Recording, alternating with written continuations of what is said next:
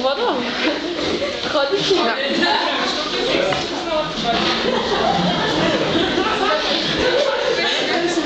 Има да. Моля ви да започна и да ограничението, че ще престанете да се разхождате насам натам. Моля ви, вземете вашите места. Благодаря. Добър вечер. Тук събраните се представители на обществото. Те ще ви представим нашия проект на тема екологичен източник на енергия тип Z.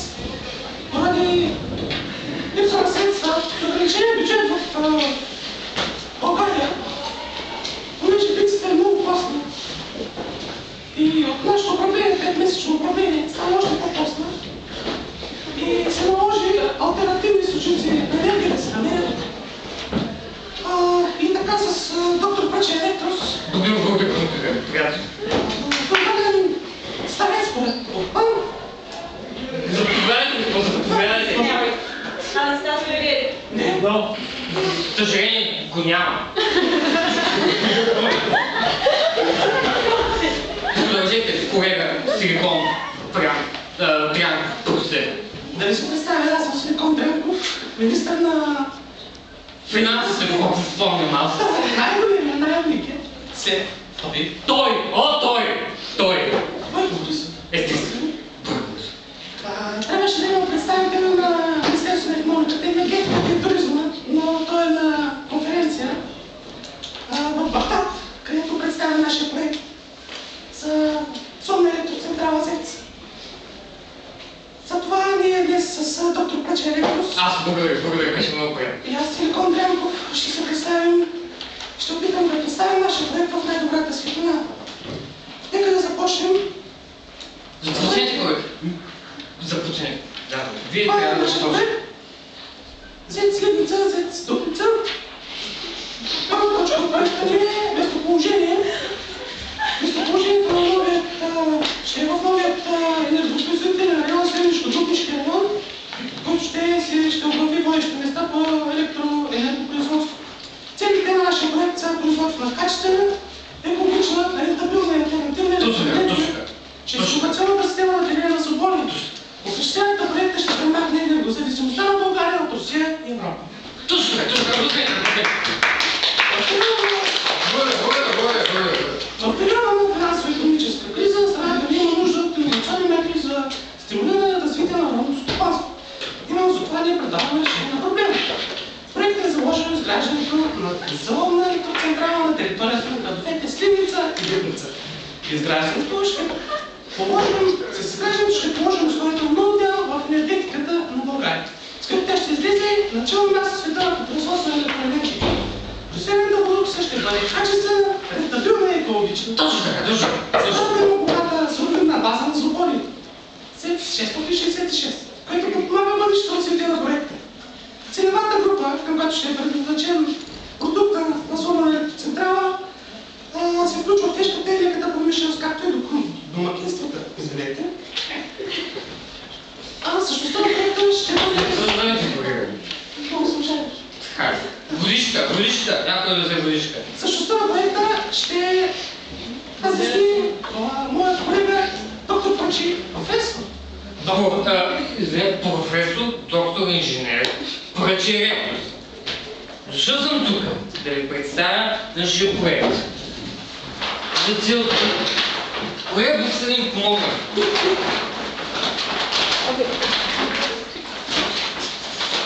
На ската виждате, представя иновационният невероятен метод за извличане на електроенергия и произвеждането на злоток.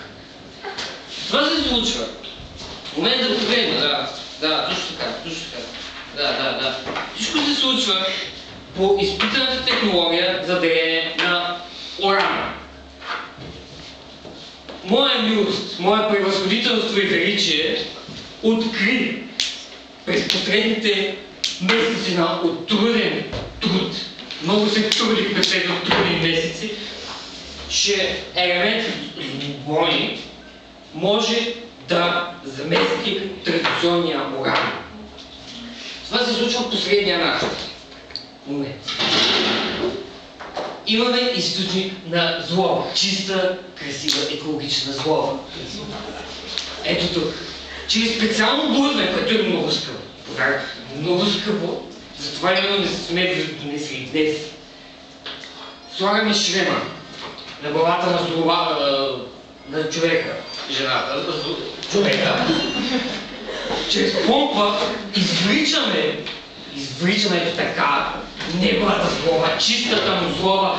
Господине, вземе своето място, веднага говоря много важни неща.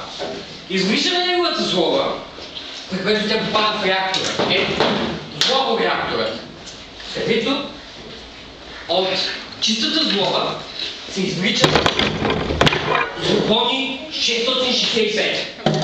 Може да видите, посети само медиите, няма да мога да откривате тук. Госпожа Георгиева, бихте ли преместили апарат, ще дам много добре. От злобони 665, който е един обикновен елемент химичен, открит от мен, великият невероятен доктор Пръчерето, професор, доктор инженер Пръчерето, простете. Какво правим ние? Атакуваме с един злотрон.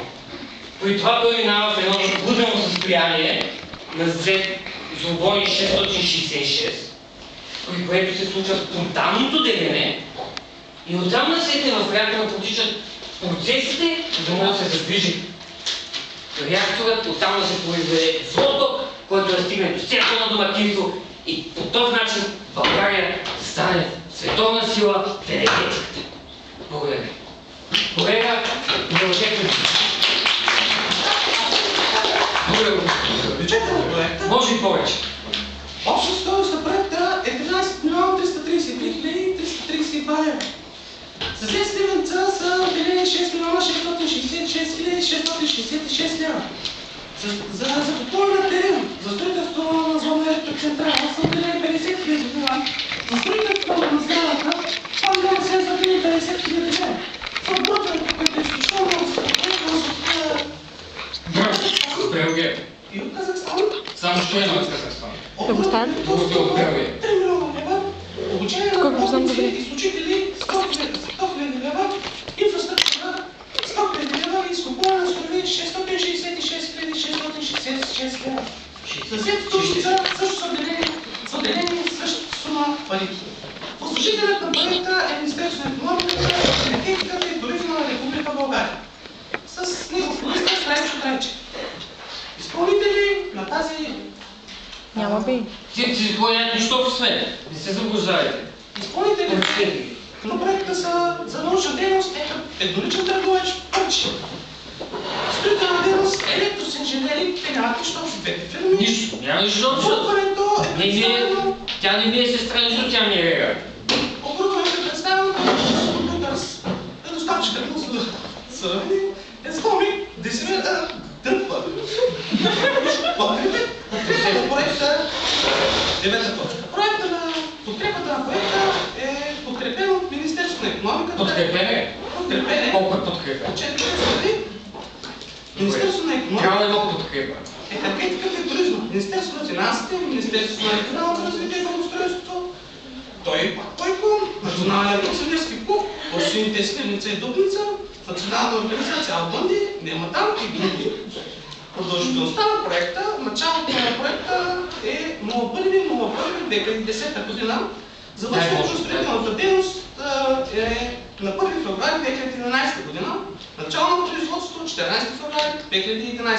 Абсолютно случайно подчертая. Абсолютно случайно. Абсолютно. Реализиране на целите световно господство на българската електроенергия 3 март 2011 година. Краят на проекта 2012 година, краят на света и до Третата световна война. Очакваните приходи от нашия проект са 996 милиона 666 хиляди 999 хиляди милиони долари. Евро. Абсолютно случайно. С което ние разглеждаме нашия проект, сегашните въпроси, били отношение, механизма или продукцията, моля да ти зададете сега. Слушаме с голям интерес. Няма въпрос. Въпрос, господин. Откъде идвате по-елемент свободни?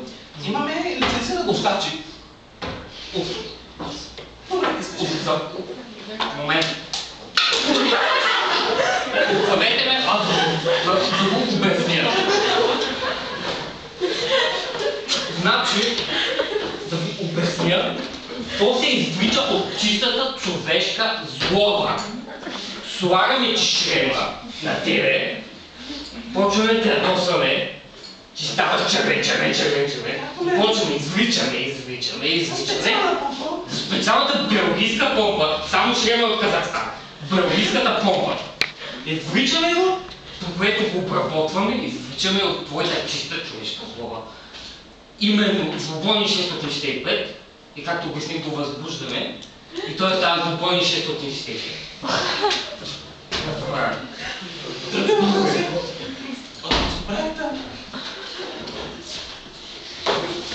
Въпроси? Отговори? Има ли вече интерес към този ваш проект и колко смятате, че ще се Има интереси от държавите от Близкия изток. Аз не работя за пари. Извинете, че ви прекъсвам. Аз не работя за пари. Моята единствена цел е този народ. И в конкретност аз нямам никакви мои цели, просто искам т.е. народа, да станем много богати. Разбирате? Аз не работя за себе си, за народа. Не, Бойко, той. Няма да има смисъл тогава. Не е вярно. Има известни съмнения, че не сме причина за края на света. Но да не ги слушате, няма да ги слушате. Това са много зли хора. Много зли хора говорят така. Главно научните дружества по цял свят. Но те са много зли хора. Защото не са открили. Да, защото само аз, великият неповторим пречерето ги открива. Той е моето злобойния, той, аз, ние, пари, аз. Продължете. Дали го мрази? Благодаря ви много за увереното внимание. Аз ще